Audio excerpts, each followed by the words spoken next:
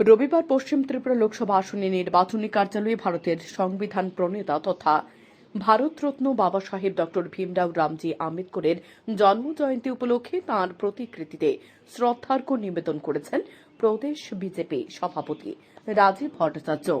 এদিন অনুষ্ঠানে উপস্থিত ছিলেন প্রদেশ সহ সভাপতি তাপস ভট্টাচার্য সহ অন্যান্য নেতৃত্বগণ। এদিন রাজীব ভট্টাচার্য বলেন, আমাদের সংবিধান রচয়িতা হলেন বাবা সাহেব ডক্টর ভীমরাও রামজি আম্বেদকর। সমাজের অস্পৃশ্যতার সাথে লড়াই করেছিলেন তিনি। এদিন তিনি বলেন, বিগত দিনে সমাজকে খণ্ড বিখণ্ড করার প্রয়াস অনেক সময় হয়েছিল। এই প্রয়াসের সাথে লড়াই করেছিলেন তিনি আরো বলেন, ডক্টর বি আর আম্বেদকর দেখানো পথকে পাথেয় করে প্রধানমন্ত্রী নরেন্দ্র মোদী ও আমাদের সে পথে পরিচালিত করছেন।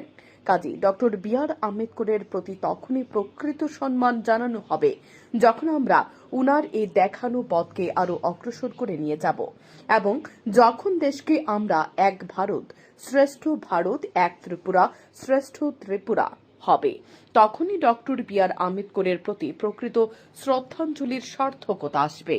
বি আর আম্বেদকর, আমরা সবাই জানি যে আমরা এই বি আর আম্বেদকর শুধু সংবিধান রচয়িতা তা নয়, সমাজের সঙ্গে সংঘর্ষ করে এই সমাজ, আমরা সবাই জানি যে এই সমাজটাকে খণ্ড বিখণ্ড করার প্রয়াস প্রায় সময় হয়ে এসছে।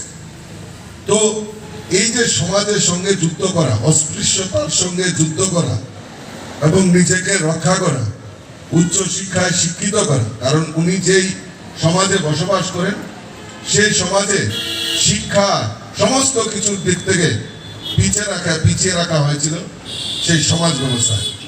কিন্তু বি আর আম্বেদকর সেই অস্পৃশ্যতা এবং সেই যে প্রতিবন্ধকতা তাকে উপেক্ষা করে আমাদের বি আর আম্বেদকর সেই সময় উচ্চ শিক্ষায় শিক্ষিত হন এবং ভারতবর্ষের মূল ভূখণ্ডে যাতে এই অস্পৃশ্যতার দূরীকরণ হয় তার জন্য উনি বহু আন্দোলন করেছেন, তার ইতিহাস রয়েছে। তখনই প্রকৃত শ্রদ্ধাঞ্জলি হবে যখন উনি যে নূতন ভারতবর্ষের কথা উল্লেখ করেছেন, উনি যে ভারতবর্ষকে দেখতে চেয়েছেন, সেগুলি আমাদের দেশের যশস্বী প্রধানমন্ত্রী নরেন্দ্র মোদীজির নেতৃত্বে সরকার এবং নরেন্দ্র মোদীজি উনি চাইছেন আমাদের এই ভারতের অখণ্ডতাকে রক্ষা করা, আমাদের সমাজের অস্পৃশ্যতাকে দূর করা এবং ভারতকে এক ভারত শ্রেষ্ঠ ভারত নির্মাণ।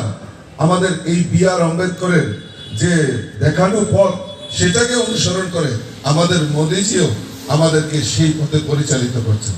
দেখা যায় আমি যেটা বলছিলাম যে উনার প্রতি তখনই প্রকৃত শ্রদ্ধাঞ্জলি হবে যখন উনি আমাদের এই দেখানো পথকে আমরা আরো অগ্রসর করে নিয়ে যাব এবং দেশকে আমরা এক ভারত শ্রেষ্ঠ ভারত এবং এক ত্রিপুরা শ্রেষ্ঠ ত্রিপুরা তখনই যখন হবে, তখন বি আর আম্বেদকরের যে সার্থকতা সেটা আমরা দেখতে পাবো।